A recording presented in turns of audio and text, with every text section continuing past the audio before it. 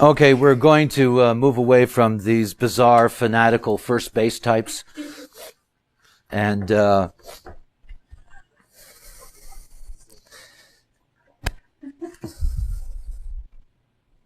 second base is called integrative.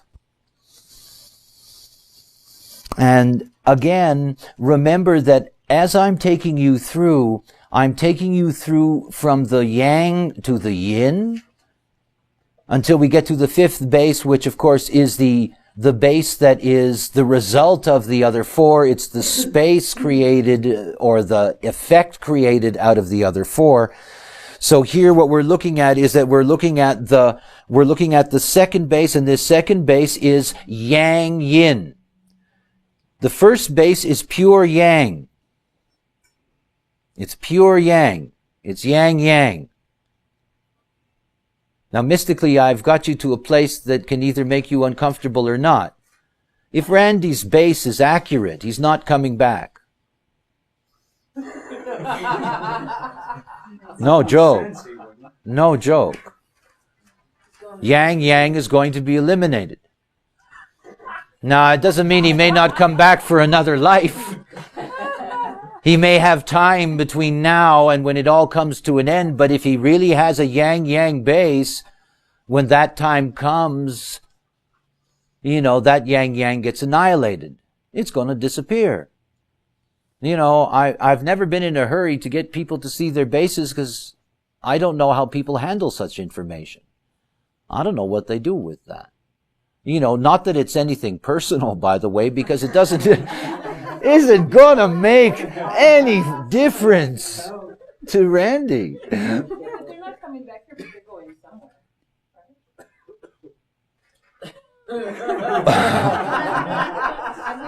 If he's invited, he'll go. I said annihilated. I didn't say coming back. I didn't say hanging around. Annihilated. This is where we have all of our concepts of hell and all of our concepts of the burning. The fact of the matter is that the yang-yang crystal will be annihilated and will be annihilated in the heart of our sun. I mean, when the crystals bundle, when the change comes, those that are yang-yang, they will stream into the sun, and in fact, they become fuel. It's the way, yes. Not only fodder in that sense, but all the stored consciousness, everything that has been experienced in the eternity of that crystal's existence, as it breaks down in the sun, all of that will be spread out as fertilizer for everybody else. Oh, yeah. Randy's going to shit on you eventually.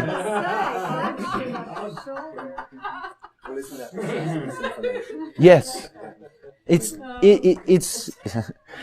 the magic of the way things work. So when you get down to this level and you get down to a base that's yang-yang, you have to understand that yang-yang base, anybody that's walking around with the first base, that yang-yang base, as I said, it's really going to have its ups and downs, and it really is going to be eliminated because that's what the yang-yang's all about. By the way, that isn't a moral thing. Again, so important to recognize that. I mean, it's just has nothing to do with that. It has to do with evolution, and it has to do with the necessity of the totality. That everything has its time and everything gets its run. The yang-yang's had a great run. I mean, it's had a great run. And that run is coming to the end. And the cosmic gods will give Randy his golden watch. And say, thank you very much for your 14 billion years of service. And now you're going to heat my apartment. Thank you very much. Ain't life grand? Yeah, it's the way it works. It's the way evolution works. It's only cruel if you think of that in deep personal terms, because it isn't. Everything comes to an end. All right, let's go to the second base, and we have the second base. This is integrative, so this is the yang force in essence that's really going to remain.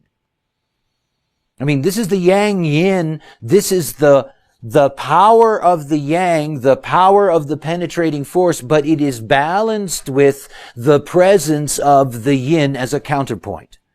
And so here what we have is that all of this is about experience. It's not about the movement anymore. That's pure yang.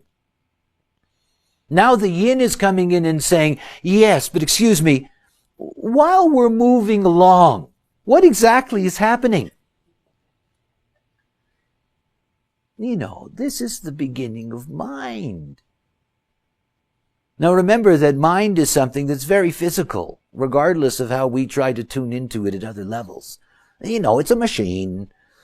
You know, and mind is a byproduct of the way in which this machine operates. And it's one of the things to recognize about the evolutionary process is that the evolutionary process demands that we learn from experience. Now, whether that learning is the way that we do it here, for example, in a classroom environment, or whether that learning is an evolutionary learning, in other words, a response to certain pollutants in the air and something inside of the mechanism of that species changes as a response. In other words, the experience itself, not the movement, but the experience within the movement, this becomes the criteria. This becomes the thing that's so important to the second base being. In other words, they don't want to just see that they're separate. They want to see, for example, how separate things fit together. In other words, they want to see the way in which that operates as experience. And so this whole process of the second base, this movement away from the pure yang, you don't have this same kind of, just pure activity as drive. There's something else that's stepping in. And there's something else that's stepping in for a very, very basic reason. We'll get there later as we discuss this, but I want to bring it to you now. Remember that each of these bases has a relationship to senses. And if you look at the sense that's connected here to the second base, you will see that it is taste. Now, taste is very different than vision. It's very different. And that the tasting of something is something that is deeply personal because you cannot taste unless you allow something into you. Think about that. Vision is something that is very safe. It's very safe. You know, as long as you don't have a homicidal maniac in your face and you're staring them down, you know? I mean, vision is something that doesn't bring all that. But taste says, come here, closer. No, closer. No, closer. See, this is where mind comes from. It's where mind comes from. You know, literally, I guarantee you, if you go back to the very, very source in the embryo, you'll find that the taste bud was there before the brain bud. You know, because that's where it takes us. Have you ever imagined or read about how profound our capacity is to be able to recognize through taste? I mean, it's extraordinary. Let alone the zillions of taste buds that you have in your mouth. In other words, this is a very, very, very basic thing that ultimately in our evolutionary process leads from tasting things to literally being able to intellectually sample them, intellectually taste them. This is the whole development of the mind process. Now, I want to take you to the larger plane for a moment. You see, the biverse is mind. I mean, this totality, it's alive, it's conscious, and it's desperately working at awareness. Mind is a general theme, and it means that whatever the totality happens to be, whatever the biverse is ultimately in terms of the environment that it can enter into as a new form, you know, whatever that's going to be, the nature of it that's here in the womb what we live out, what our process is, all of these things. That we're going to see that what's out there on the outside is mind at a level that we do not grasp because we're still not in the totality of what the mental consciousness is. I have funny conversations with people. And for many, many years, I always got these conversations about how human design is mental. It really is like saying the Pope's Catholic. I mean, I don't know why people have to make a point of that, but nonetheless they do. They like to make a point of that. They say, design is mental. And what I've never said to them, which is something I only thought about in this moment, which is a delight, is that, God's mental. The totality is mental. It's all mental. The whole damn thing is, if it wasn't for the mental, we forget that in a hurry. It's all mind. It's the great mind. It is a mind, an enormous, incredible, conscious mind that's developing. I mean, we're at the source of all of that. So the first thing to see is that evolution and mind, that they are linked in this facet. They're linked in the facet. If you go back and you look at the first and you see that it's individuality and movement, that's what that facet is about. But this facet here is mind and evolution. That the movement leads to evolution. That the individuality becomes mind. This is their relationship to each other. And of course, it's only when you get to that point, only when you get to that combination of mind evolving, that you begin to see what the big program is all about. The big program is every blade of grass, every tree, every ant, every being is all involved in the evolution of mind. That's not, our little boxes. I mean, that's the mind. Because that's what it's all about. And it's the mind, ultimately, that's going to have the deepest impact. If you think that what we can do now, cloning, etc., is something, wait. We're really good at manipulating. That's our job. The more we move, the more active we are in that yang. And remember, the yang is coming to the end, so we don't need much more activity. We don't need much more defining. We're at the end of the defining string. Now it's not about defining, it's about seeing that out of that definition comes the growth of mind.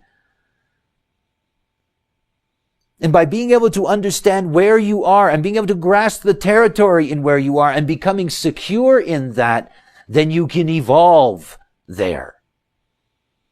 Grow out of that. What I like is that the quality here is the quality of character. Now, character can be a deeply, deeply subjective thing. But when you look at the nature of evolution as it operates within the macrocosm, that one of the things that's deeply connected to evolution is gravity and memory.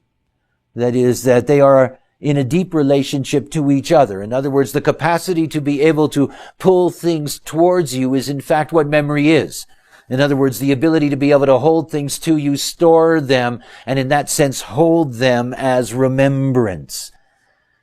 This second base, that's what mind actually ends up being the beneficiary of. It's the beneficiary of being able to bring things together, hold them together, gravitate towards certain things.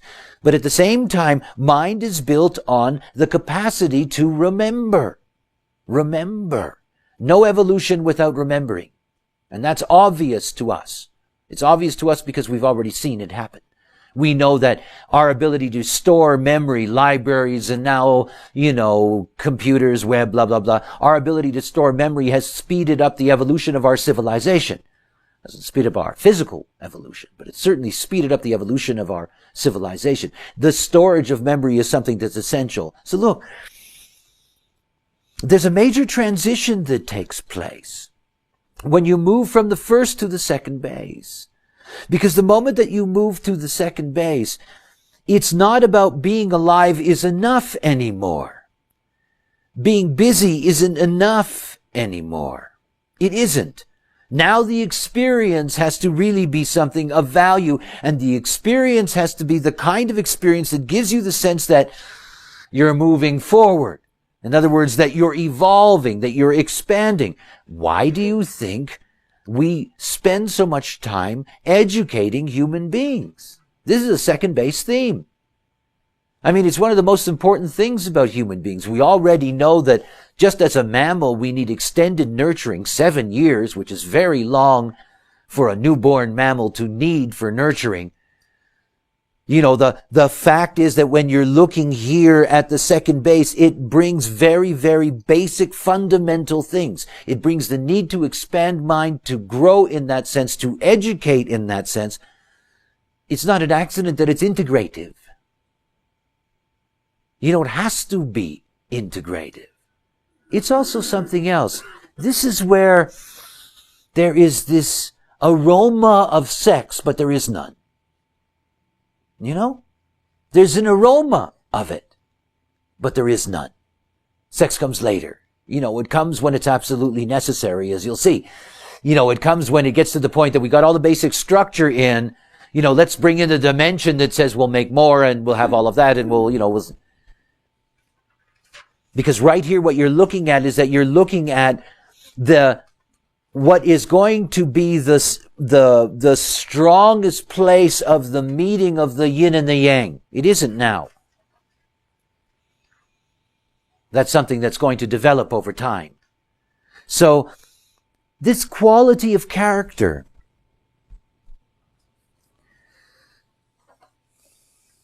it's about coming to grips with one's nature.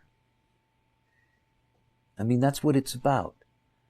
You see, the what is so important to the second base. It's not where is the way. What is that way? It's the what. It's the substance of it. In other words, this has so much to do with the basic, cosmic kleptomania of humanity. Kleptomania, by the way, is a disease of having to steal things. You know, here we are, pulling everything towards us, trying to store everything. Go into anybody's house. Look at all the stuff you're holding on to. Look at all the memory that you're storing. You know, I go into most people's places and they got, 20, 100, 500, 1,000 CDs. They listen to 3 a month. You know, all that stuff stored there. They get all that memory stored there. And that memory is part of what defines their character. Now think about something. When you finally find your location,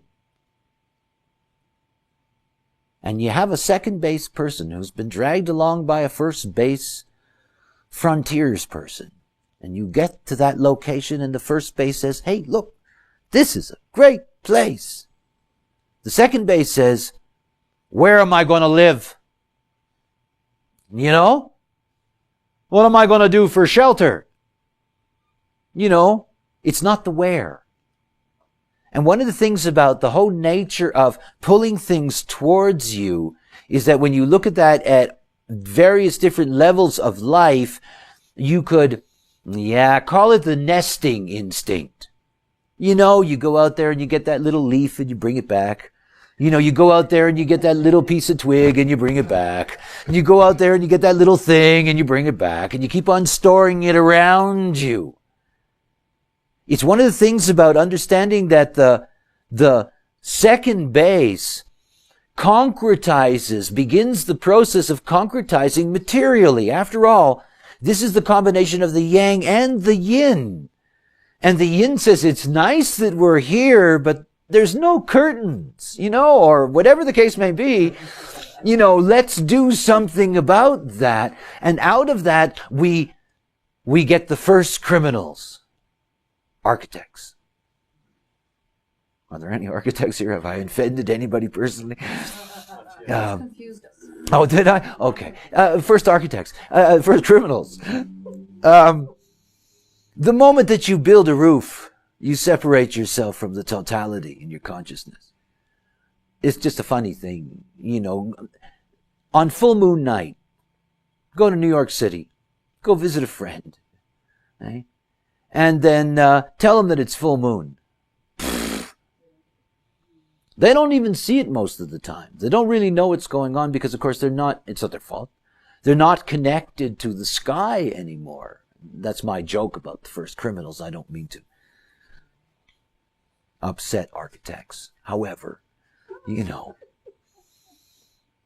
this is where out of the second base comes these horrible criminals who say, you know, this is a wonderful place, but I need shelter. And of course, the moment you create that shelter, you create something totally different. You create an interior world. And interior worlds are very different. They're very different.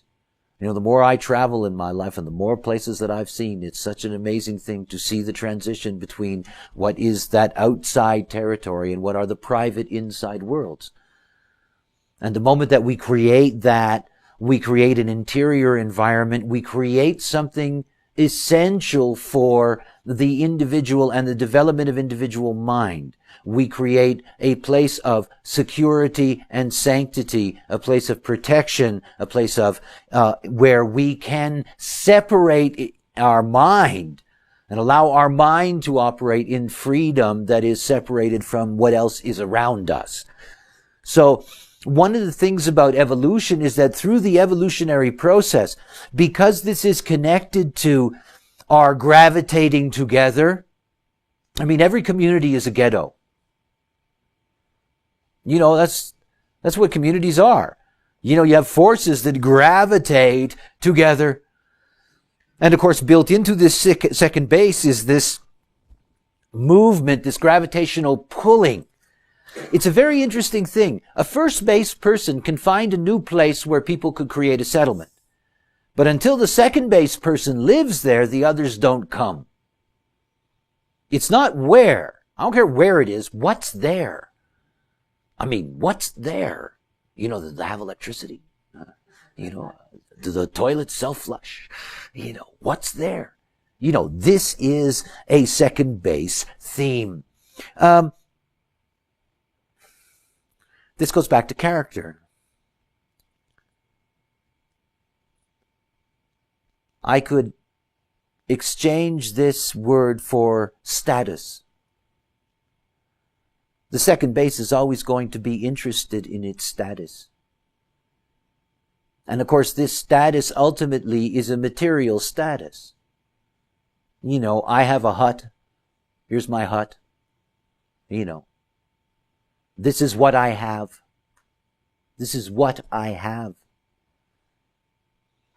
So what that second base does is that not only does it create this environment, an inner world. Remember, with the first base, we only have an outer world. We only have activity. We only have driving outward. The moment we come here to the second base, we have the need to create an inner world, a world where we can be sheltered in that sense. That's the place where we remember.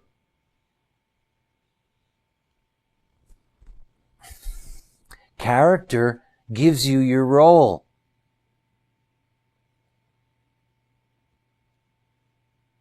You see, what we collect defines our value to the rest of society. Now today, most of us in the West, we live in a world where if you have collected enough information intellectually, that's as valuable as what once was a piece of property somewhere with a mule and a couple of kids helping you grow your crops. But the fact is that this is about status. Now, isn't it interesting to see how the yang works? You know, the yin says, you're all my children. The yang says, screw that. That's not true. That's not true. The first base is interested in its place in the hierarchy. Where am I? And the second base says, yeah, okay, that's fine, I'm over here, but what are my perks? What do I have? What status do I get out of being in this position in the hierarchy? And what accrues to me for that status? Why do you think we pay some people more money for things than, other? It's all built into us. And this whole question of status is all built into us. What we possess is very, very important to us as a species. If you're a female bird and you don't have a branch where you can reliably and securely stand on and call for a mate, you're dead meat. Nothing's ever going to work in your life. And genetically, you're a failure because you're not going to be able to successfully reproduce. Status is very important, and one of the things that animals will always do is that they love to brag about their territory. I've had dogs all my life. They'll piss on anything. This is mine. This is my territory. So this is the second base, and you can see that second base operating in any dog. Cats too. Cats love to spray. They all love to mark their ground. They all love to tell you, here's my status. I know where I am and it's mine. That's the whole thing. And it is this possessiveness that is here. And when I speak of possessiveness, by the way, I am not talking about ego. I'm talking about the mind trip. This is the great mind trip place. This is the place that says, okay, this is where I am in the hierarchy, but what am I getting for that? I'm not getting enough. It's all mind trip. But again, it's part of us being competitive. It's part of the impact of the yang. It's part of the way in which the yang pushes us. I remember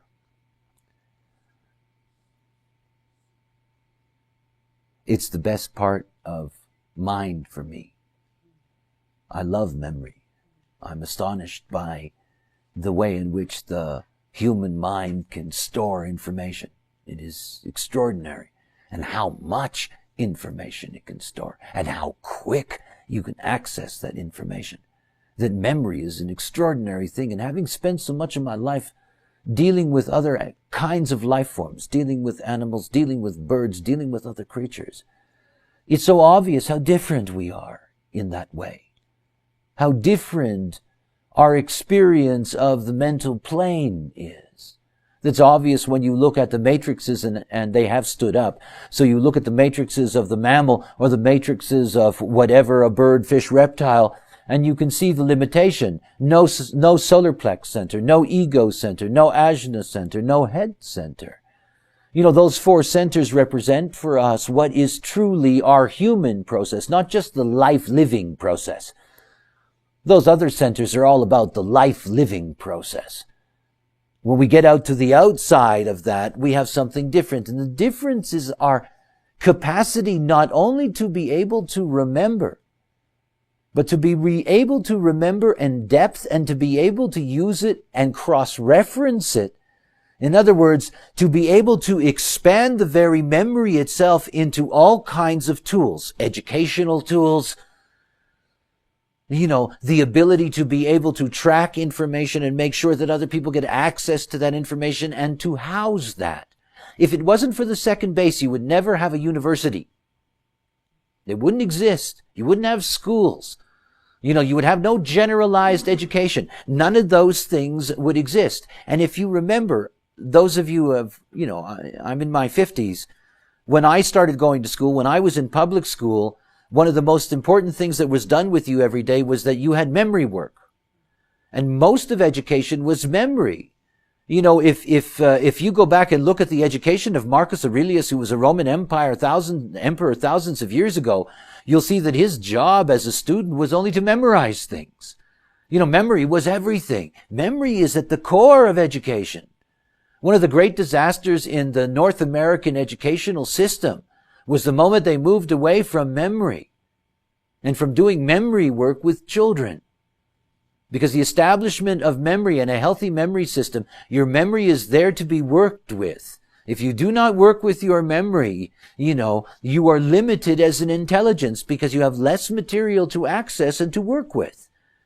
It's very important for us to understand that memory is something that we have to treat with respect. A very simple thing. I spent many years teaching people memory techniques, and something that anybody can use, and it's no labor.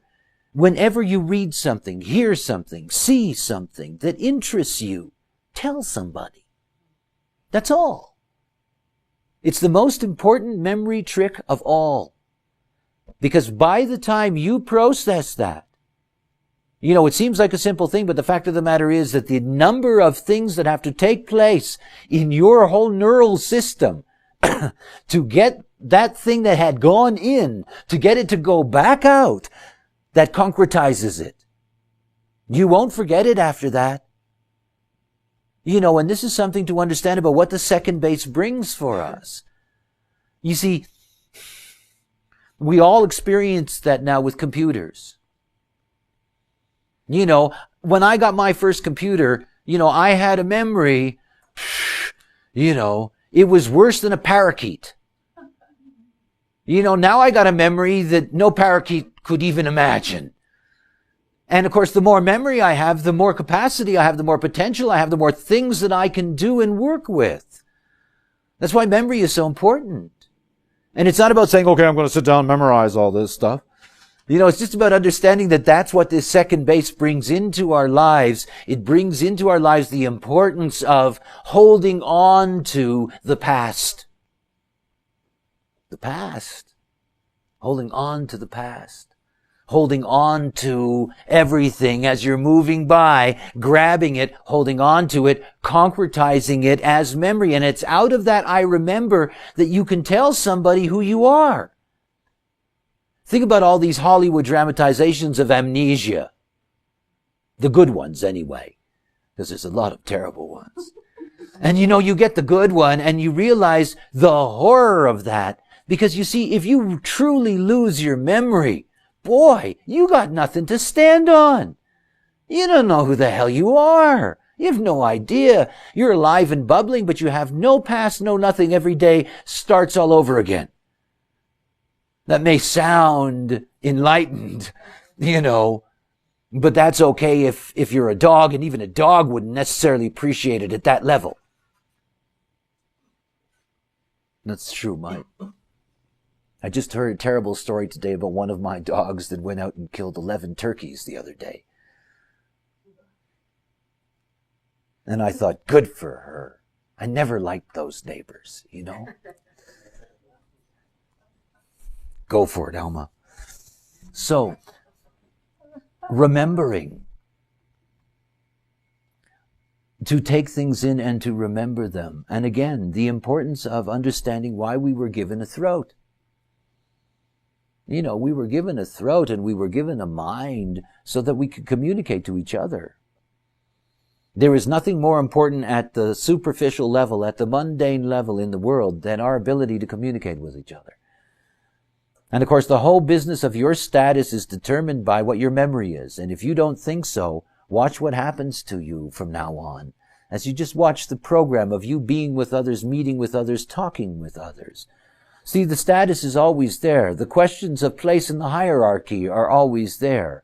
If you're a baby, and if you could have your adult consciousness and be in a baby's body, you would begin to realize how they can differentiate entirely about what kind of people are in their parents' life just by the tone of voice they use, the inflection that's in the tone, the quality that's there. They know whether somebody is being subservient, aggressive, you name it, they pick up all the nuances because everything is there. This remembrance business is very, very important for us. It's out of this that we find what we can identify with. And this is the great base of identification. All the Atman gurus in the world are never going to get rid of identification. From the lowest level, and I don't mean that hierarchically, from the base level, identification is there right up to the 16th gate in the body graph, and operating through the logical process, identification is there. It's essential for us to identify with ourselves and our position in life.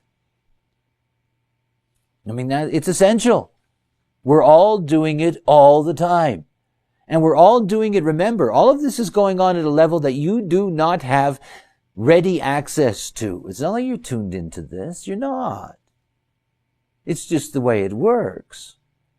After all, you don't know why it is that you want a house around you. I mean, it's just what everybody's been doing for a very long time. You know, all of these things are just part of the dimensional reality as it evolves. You know, often when I look at it that way, I often see the second base in the way in which Picasso first imagined what became Cubism.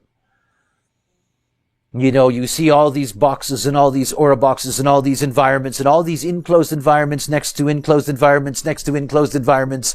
You know, all of this just moving like that. You know, that's literally what it is. And of course, again, that's part of our development because that's the brain. Do you know that you do not store a single word in your brain? Not one word. Think about that. Not one word. Only sounds. Only sound formulas.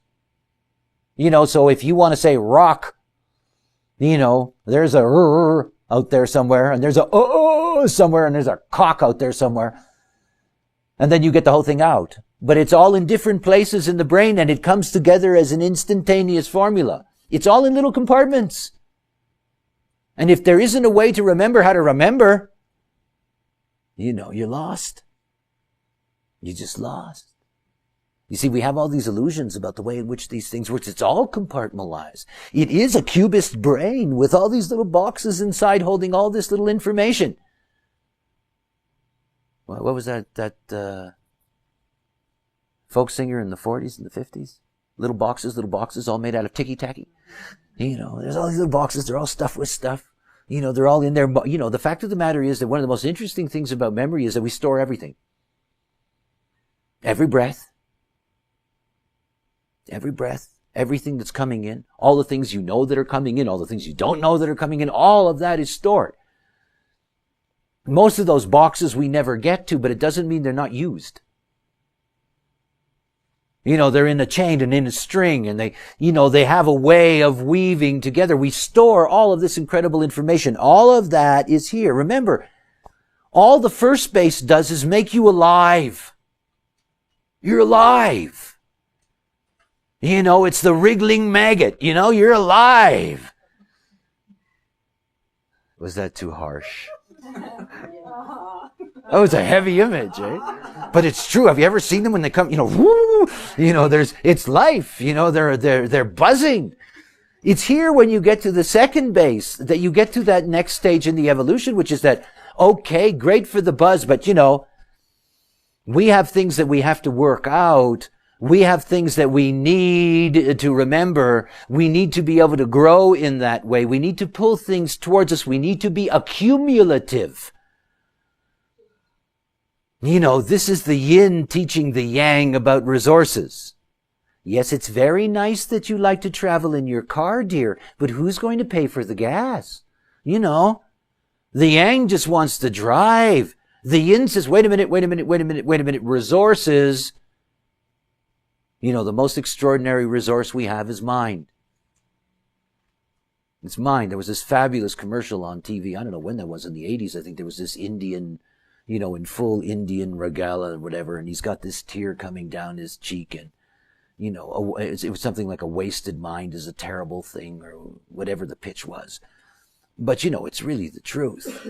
I mean, mind is the great resource. We actually live in a day and age in which, you know, your mental worth is what matters today in most cases.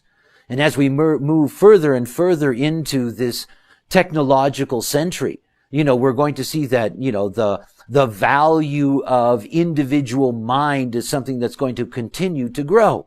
In other words, we have left behind the brawn. You know, we've left behind all of this. You've got to trudge in the factory for the rest of your life, and your children have to go down in the mine and all of that stuff. We have new capital. You know, we have the development of intellectual currency, intellectual capital. All of this leads us to the question here of what? Not where am I? What am I? And of course, that what am I brings many things. It brings, again, the continuation of separation, but it also brings unification. Again, seeing that uniqueness doesn't mean that we're truly different. We have vast commonalities in various areas.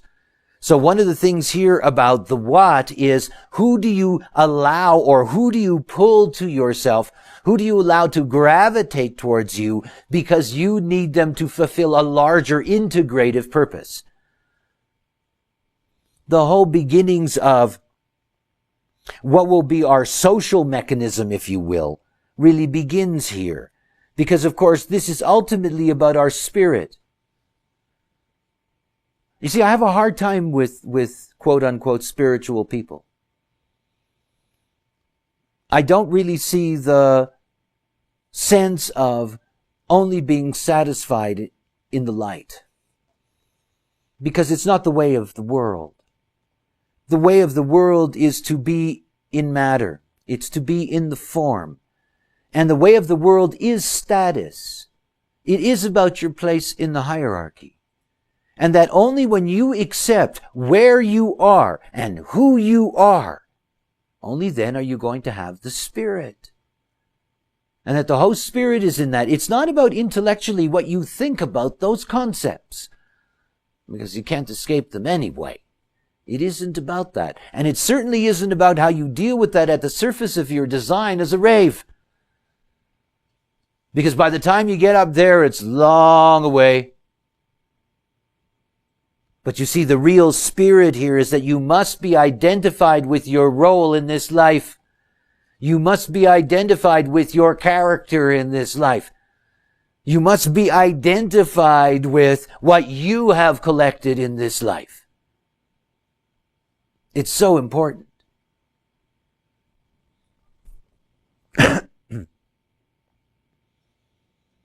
It makes it a very, very difficult world to live in for at least half the planet. The yang is cruel in the way in which it operates. It just is. It is, after all, a penetrating force, and it doesn't know particularly what the hell's going on. It just needs to go where it has to go. And that the whole development of mind and the whole development is all rooted in status, because it's the only way in which the hierarchy can operate properly, so that we don't waste the resources of the gene pool. I mean, obviously, we didn't need any more than one person to get the experience with the voice. I mean, we didn't. And it works in a hierarchy. You're first generation to this knowledge, and many of you for a long time and deeply. And there will be second and third and fourth and fifth and sixth generation that'll operate in all of that, but it's just the natural way in which things work. If you took 1 million people and you gave them my regimen to what led up to my experience, they'd all be dead anyway. Just a waste of resources and good drugs, by the way. Just wasted on a lot of dead meat. And you see, the moment that somebody says, oh, gee, I wish I could do that, And of course, we're always doing that at some level or another in our lives. That's the unaware reality. Ignorance is like that. People are always running around saying, well, I would like to be up there. I need to have this. I need to learn this. That's one of the biggest things now, eh? What should I learn? What should I learn? I mean, that's as difficult a question today as any question has ever been for anybody, because there's so much. What do I learn? So the second base brings us something entirely different. What that second base begins is, it says, look, we're all in competition, so let's see how we work all this out. Okay? And let's see who everybody is in this competition. And let's see what everybody's role is in this competition, so that we can have a better understanding of what this is all about. And out of that, we get the identification. But again, remember, if you look at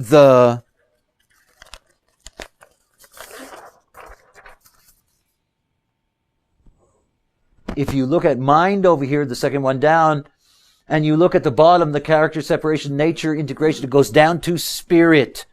And it is all about finding the spirit. And if you look at the macrocosmic side, it's all about love as light.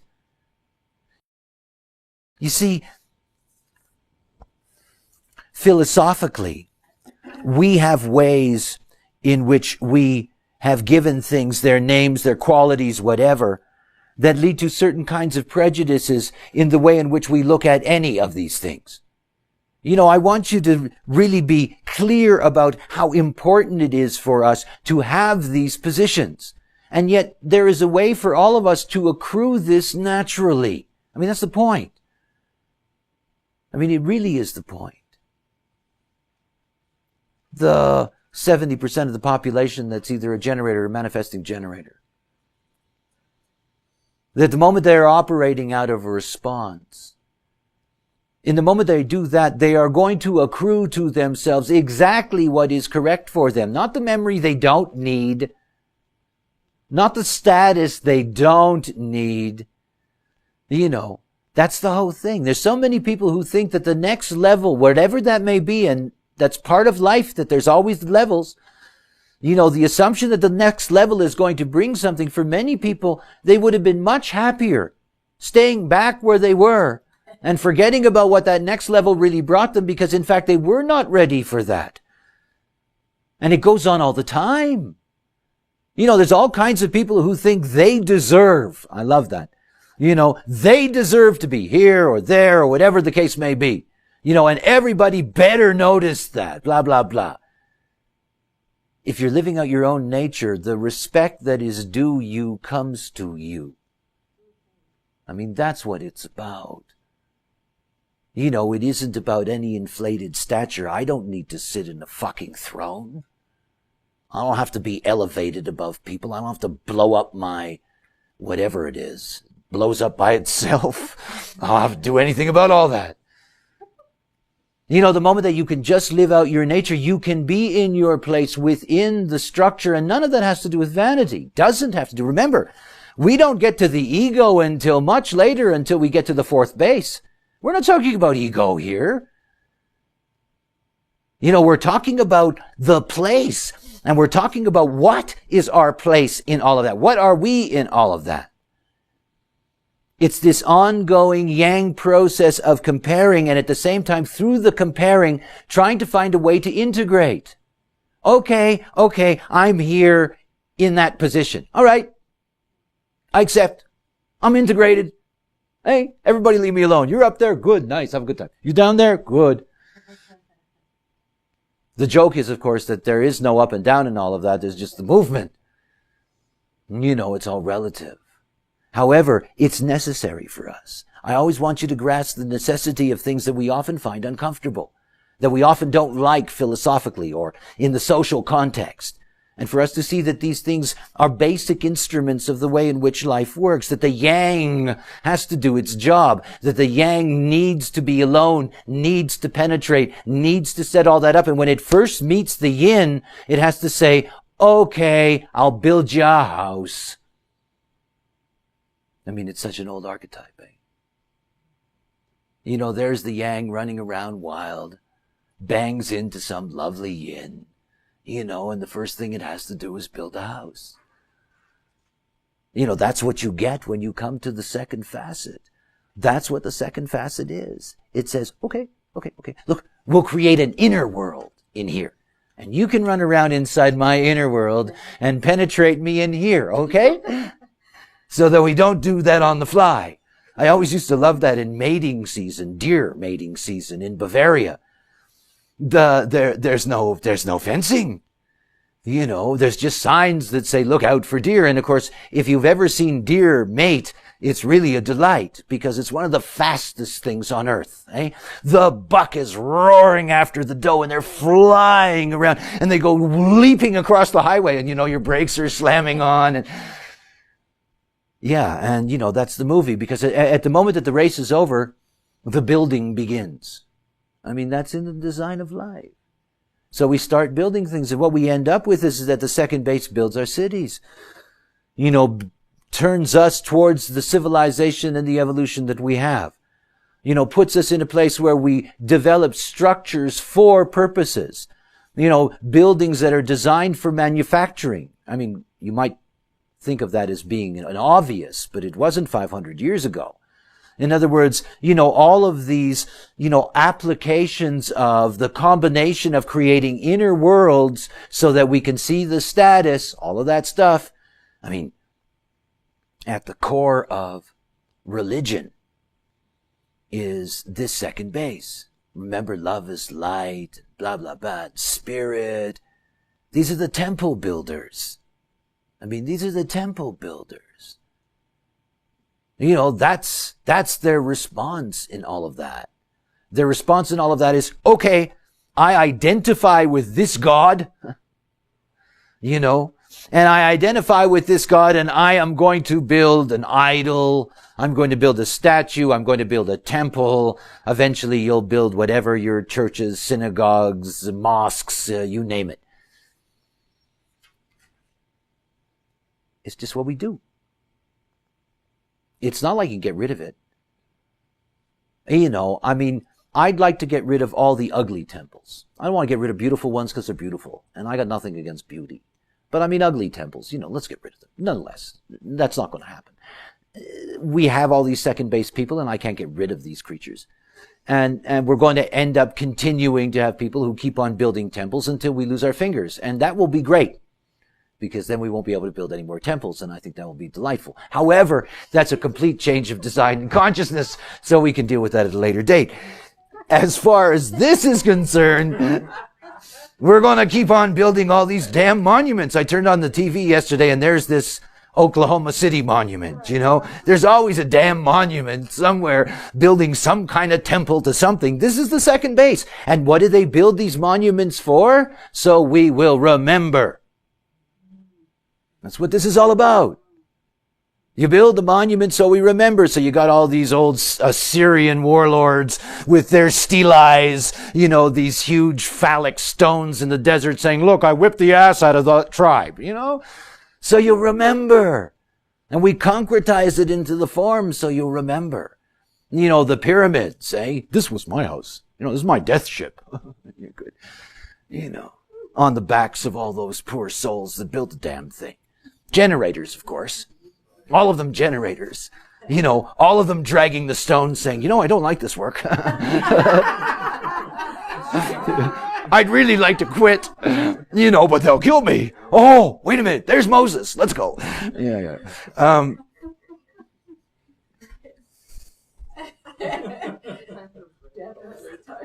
Yes, it is. I have to finish this, though. We're stuck with being identified with a god or a goddess. This is what the second base does. It sticks us with that. We're not going to escape that. We're never going to escape it. It's so deep inside of us that there is nothing we're going to do. And we all have temples. And whether those temples are temples that we're building on the outside, or they're temples that we build in our houses. I've got my own little temples. Everybody, it is there inside of us. It's always going to be there. And it says something very important. Be careful about turning your back on the gods and goddesses, because they're still alive and doing well. They're still active. They are still forces in the world. You know that when I speak in that way, I speak the same way as in terms of the planets, in talking about them or anthropomorphizing them as those kinds of forces. The crystal bundles that bring us information, the various stellar systems that bring us information, all of that has been translated through our experience as gods, goddesses, all of these various forces. They're alive and well and need to be honored. And if you don't honor them, well, you get to see what happens. It's built into us to identify. We need to identify with that force. We need to identify with the creative force. There's a creative mystery here. And it's the creative mystery that suddenly comes into existence, and only into existence when the yang and the yin come together. It wasn't possible in the yang alone, but here when the yang and the yin come together, taste, after all, here we are able to see that there is a great mystery at work. our identification with the field of light, our building of all of these temples, all of that, they're with us till the end of being human. They're not going to go away. And the second base isn't going to be annihilated and disappear. It means that the temples are going to be taken inside. Inside. Each of us, each of you, each of whatever it is, as a temple in and of itself. A very different kind of way in which that will operate. But for us, this is all still part of what we're not very far away from, is the basic evolutionary program as it's finally beginning to show itself in this age. And that this proliferation of symbols and this proliferation of all of that stuff that we connect to our spirituality, all of that is part of the second base process, so we will remember. Susan came in wearing something and Randy noticed that it was the goddess Mat. They're still around. There are gods and goddesses in the room. The forces are still there. We still have the concretization of those forces. And that's how we remember them. Why do you think that monotheistic religions were so hot about getting rid of idols? They didn't want us to remember anymore. And they were terrified of those idols. So what they really tried to do is just mar them, knock off their heads or stuff like that. Because that's where we store it. So it's one of those things to see that the great joke is that faith is some kind of, whatever, this loving of the Godhead or this belief in the Godhead or all of that stuff. But all of those monotheistic religions, they walk around with the crosses around their necks or the Star of David around their necks or, they're all carrying some kind of concretized, idolistic, image that's been impressed. And this is the way things work. If you're going to study the black arts, you start here. You start here. You see, because the moment that you concretize anything, you give it a life. You give it a life. You give it a history. Those things are forces. And it all begins with what this is all about. You have a car in the modern language. Your automobile. It is a status symbol. It's part of this same process. It's what you've got wrapped around you, what you've been able to pull around you. It's the status of your process, blah, blah, blah, all of that stuff. And all of this is a necessary ingredient for us to find the Spirit, because we can't find the Spirit unless we have all that concrete material stuff. We have to be able to afford to build the temples. There was times in Europe in which there were societies that were barely surviving, and there were tons and tons of gold being used for the local church. And as decoration, blah, blah, blah. So that once a week, the tribe could come into that church and come into that glow. If you've ever seen, these churches, it blows your mind. They're on fire with light. I know a small church in southern Bavaria that is covered with gold. It's covered with gold.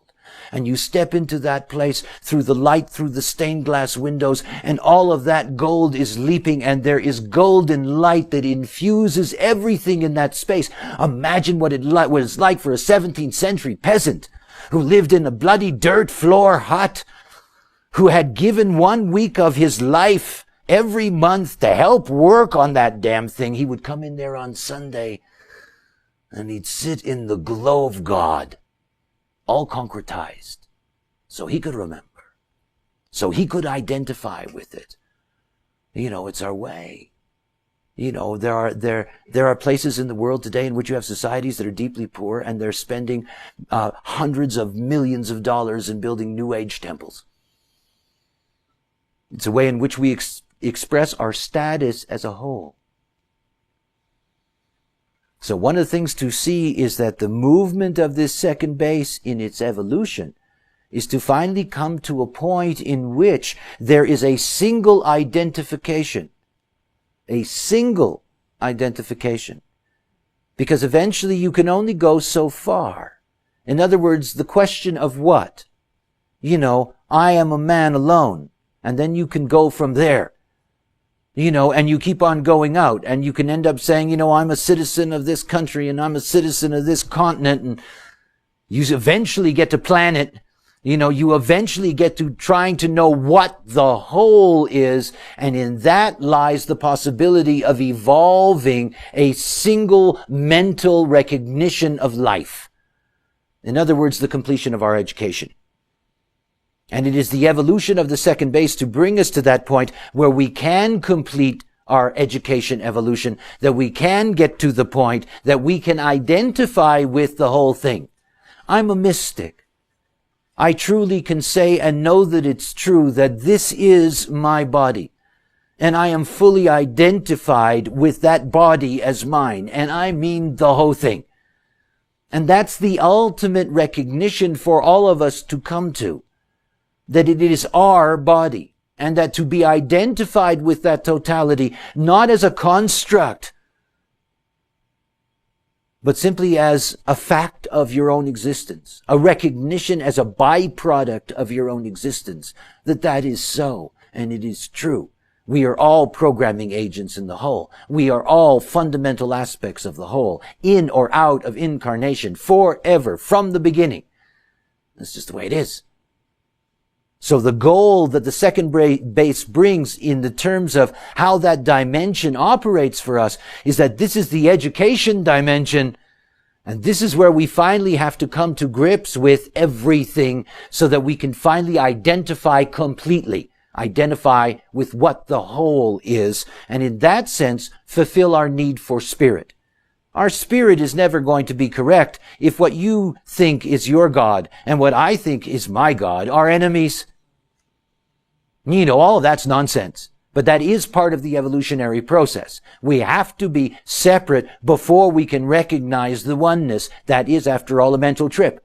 We got to go through that whole mind thing to finally get to the point that we understand all of this stuff, to finally be able to say, oh, gee, your God and my God, they actually have the same ancestor. Or the same God with different names, or, whatever the case may be. In other words, that's the final place that we go to. That's where our final status is. And I want you to understand this as a final comment before our break. This whole biblical expression of seeing ourselves in God's image. That's us. We're here to identify with God. We're here to identify with the creative forces. We're here to become gods ourselves in that sense.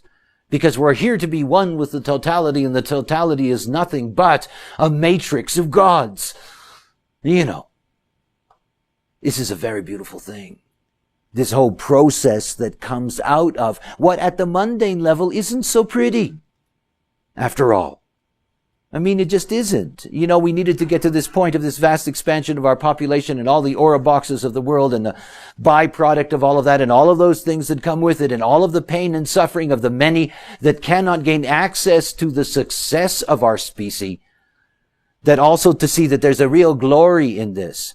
The glory is that there is a way for us to be educated to going beyond godliness.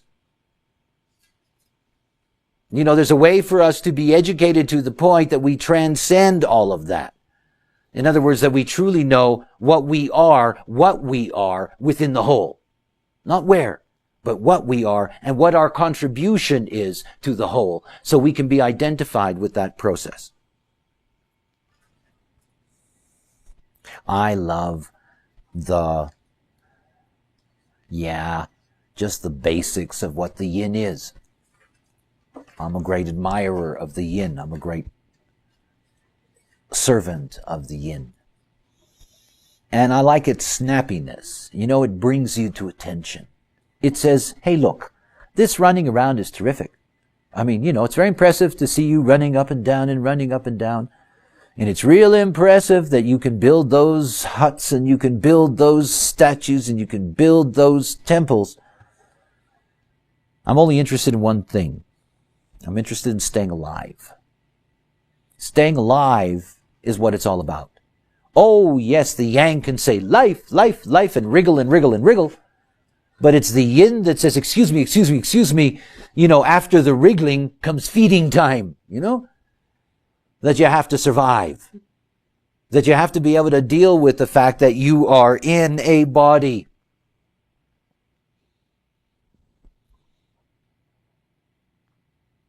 Being is matter, matter is. This is the yin-yin.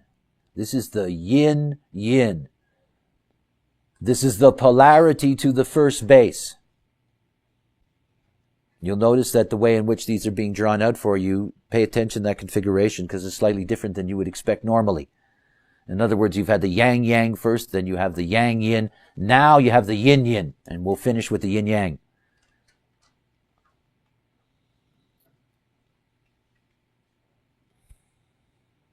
Now, what the yin-yin brings us is that the yin-yin brings us something very basic.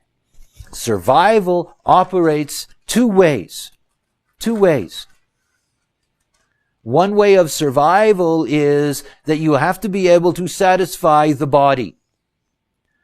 And in satisfying the body, that means that you need to have a proper combination of both solid and liquid going into you.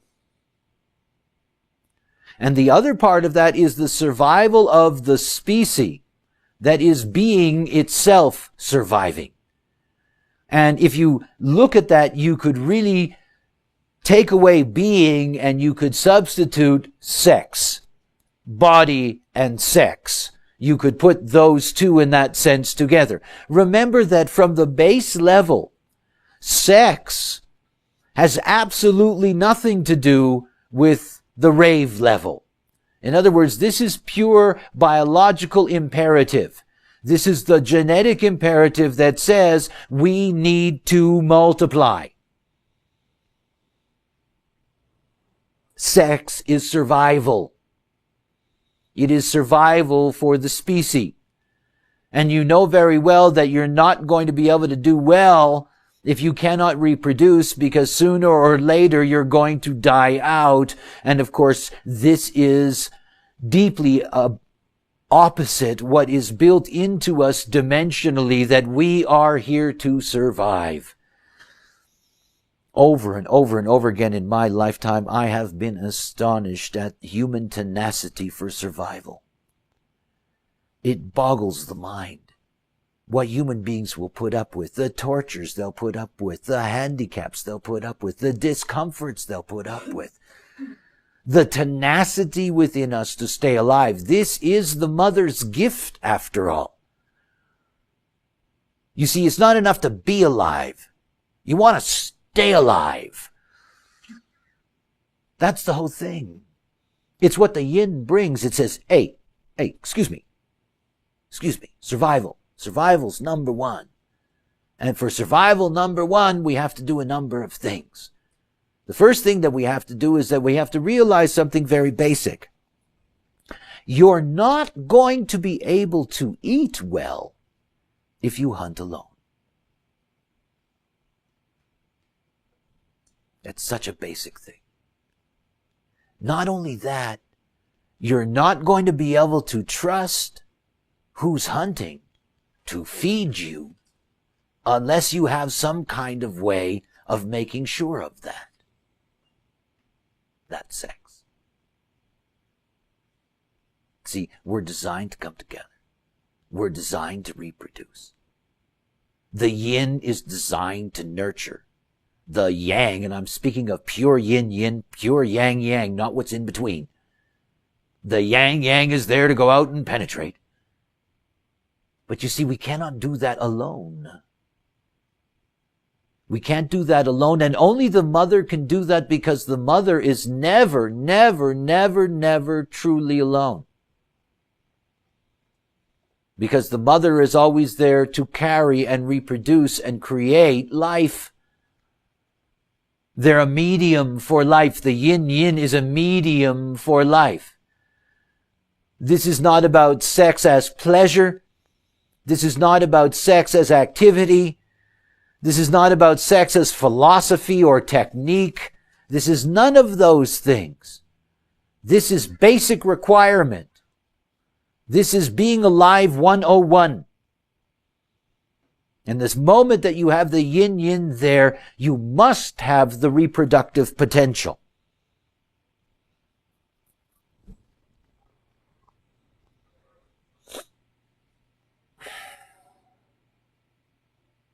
You know, I enjoy these journeys that we take together because I get a lot of jokes as I move along the way. And it's wonderful to see that the first base says, where, and the second base says, what? But then you bring in the yin-yin, and she says, okay, when? It's wonderful. There's the yang saying, oh, I'm going to build you this wonderful. And she says, when? How long do I have to survive until I can finally see that? Oh, it's a delight.